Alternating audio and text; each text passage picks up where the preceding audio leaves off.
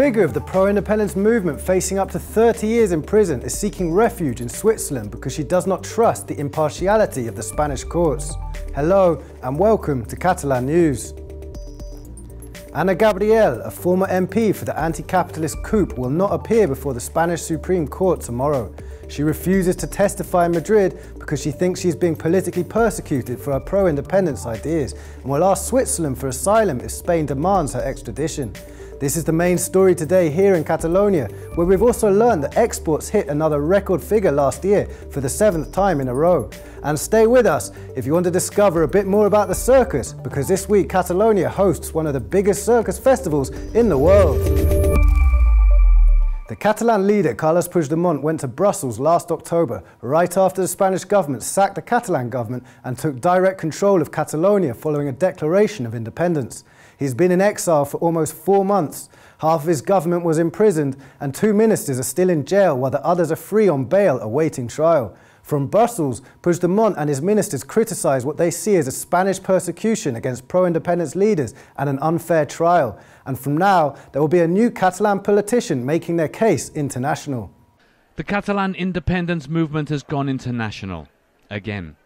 Ana Gabriel, a former MP and a leader of the far-left coup party, will stay in Geneva to avoid a trial in Spain. In the past few years, Gabriel has become one of the most influential figures in Catalan politics.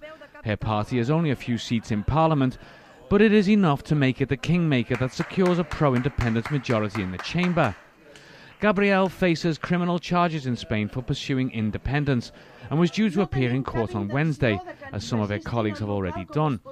But today she made it clear that she does not trust the Spanish justice system to give her a fair trial and will therefore stay in a country that will protect her rights.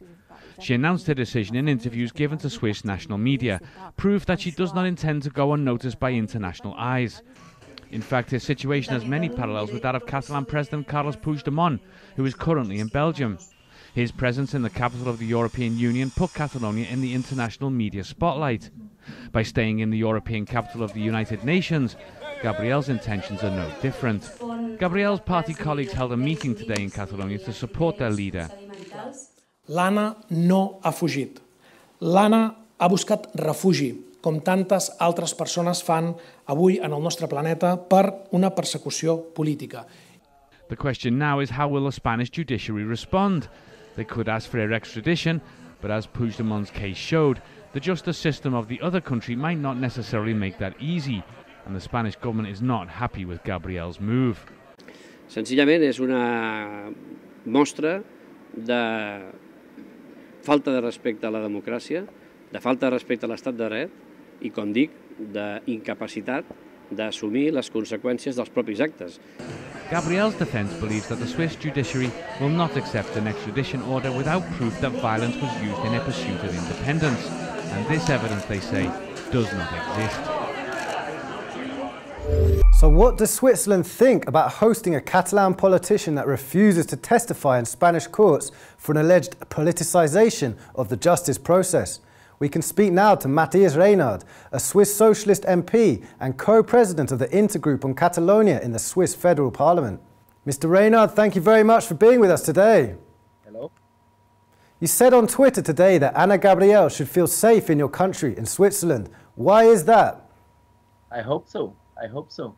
And Switzerland is a country of democracy. We have got a direct democracy 4 times every year. All people vote for a lot of things, and I hope that Switzerland will be a sure place, a sure country for Ana Gabriel. Do you think your country will end up granting her political asylum if she applies for it? I don't know. Now she is just in Geneva. Geneva is really the place to be for the human rights, and I think it's very important, but we don't know more because we wait about the decision of tomorrow, and after that we can see, and we can have a discussion in Parliament or with the national government too.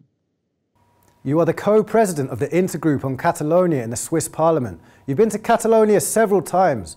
What is your opinion on Spain's judicial case against Catalan independence leaders? I can understand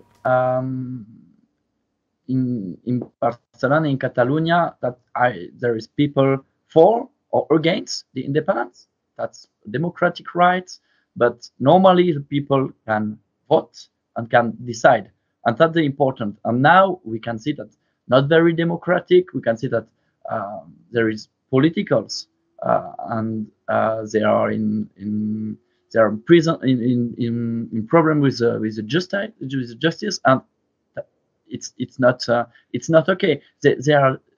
I think that Anna Gabriel can have 30 years of how to say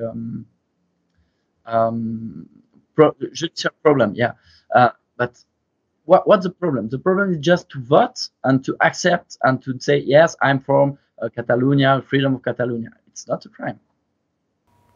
Do you think that this situation, the fact that you have Anna Gabriel looking for protection in Switzerland, might damage the bilateral relations between Spain and your country? It can be, but it can be the same as with Puigdemont in Brussels. I don't know. And I think the solution is in Catalonia, in Spain, but I think it's impossible with this government in Spain. With Rajoy, there is no discussion, there is no place for discussion, there is no place for election. It's not okay. Thank you very much for your time, Mr. Reynards. Thank you. Bye. Ana Gabriel was expected to appear at the Spanish Supreme Court on Wednesday in the framework of a big investigation against the pro-independence movement affecting up to 28 people. 4 people are in jail and 6 others in exile, including Gabriel and Puigdemont.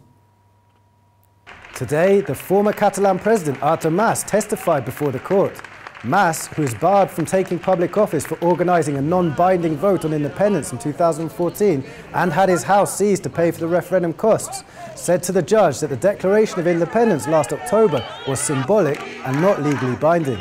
He also denied being part of a so-called strategic group on independence. He testified together with the former president of a local organisation of towns in favour of independence. La verdad es que efectivamente hubo un referéndum el 1 de octubre. También es verdad que la declaración de independencia del 27 de octubre pues, tuvo un valor puramente simbólico. El referéndum fue algo real. La declaración de independencia tenía más un carácter parlamentario y simbólico. Lo he explicado así. No me he tenido que retractar de nada. Por tanto, yo defiendo la idea de la soberanía de Cataluña, del derecho a decidir del pueblo catalán. Let's move on to business now, because today we've learned that despite all the political turmoil, last year Catalonia broke all its own export records one more time. Catalan goods are being sold abroad more than ever in a trend that has been on the rise for the last 7 years. The Catalan exports sector is thriving. According to the latest figures, sales abroad continue to grow year on year. In 2017, exports increased to 70.8 billion euros, 8.7% more than 2016, making it a record-breaking figure for the 7th year in a row. The Port of Barcelona, the biggest in the country, generates a total of 9.2 billion for the Catalan economy. According to the facility's president, it is the fastest growing in Europe. Last year, it handled more than 61 million tons of container traffic. Some industries reap the benefits of this rise in global trade more than others. All in all, chemical companies made the most foreign sales, accounting for 18 billion euros of all exports, 7% more than the previous year. Capital goods came in with 12.4 billion euros of sales abroad, while the automobile industry sold 10.9 billion euros of products outside of Catalonia, 5.8% more than 2016. According to the CEO of Catalonia's Trade and Investment Innovation Barometer, achieving record-breaking figures 7 years in a row is no easy feat. És molt important destacar que quan un ve de xifres rècord, anar creixent rècord sobre rècord és una cosa molt difícil i per tant s'ha de posar en valor aquestes xifres doncs, que ja superen els 70.000 milions d'euros d'exportació. But 2017 was not only a positive year for Catalan exports. Imports also continued to rise for the 4th consecutive year. Catalonia bought foreign goods at a value of 84.3 billion euros, up 8.7% from 2016. It was another record figure for the country. The Catalan GDP also grew by 3.5% throughout last year. the intensification of the political instability in the final quarter doesn't seem to have an effect on the country's economy. While most of the Catalan economy is doing pretty well abroad, there is one sector having trouble exporting: farmers. Fruit producers have been struggling for years since Russia imposed a veto on exports following a diplomatic crisis with the EU over Crimea. Today, a fruit cooperative from Lleida in northwest Catalonia took the case to the European Union Court in Luxembourg. Farmers are asking the European Commission for monetary and moral compensation due to the millions of euros in export losses in 2014 when the Russian veto started. The EU imposed sanctions on Russia because of the Crimean crisis, and Russia responded with the veto on fruit and vegetable exports from the EU. Farmers think they have unfairly become the collateral damage of a geopolitical crisis and not properly protected by Brussels. I, evidentment, impossible de recuperar tot el que es va perdre a escala sectorial i de la Unió Europea, però el que sí que nosaltres reclamem, a banda d'això, que és important, és també una compensació moral.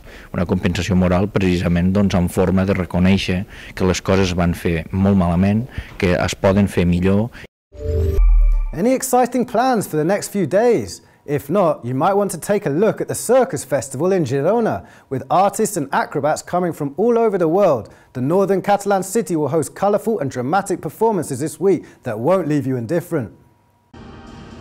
Get ready, the circus is coming to town. From February 22 to 26, the northern town of Girona will be host to some of the best circus acts in the world, all during the Gold Elephant International Circus Festival. Over 80 performers of 18 different countries, from as far away as China, Argentina, and even North Korea, will take to the center ring. It was no small feat to obtain visas for some of these performers, especially for those traveling from the aforementioned Asian peninsula.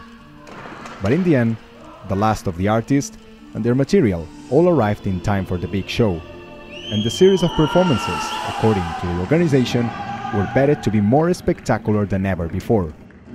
Són 24 reaccions que persegueixen un objectiu, deixar bocabadats els espectadors de la gran carpa central del festival i que descobreixin que un circ d'excel·lència, un circ de qualitat.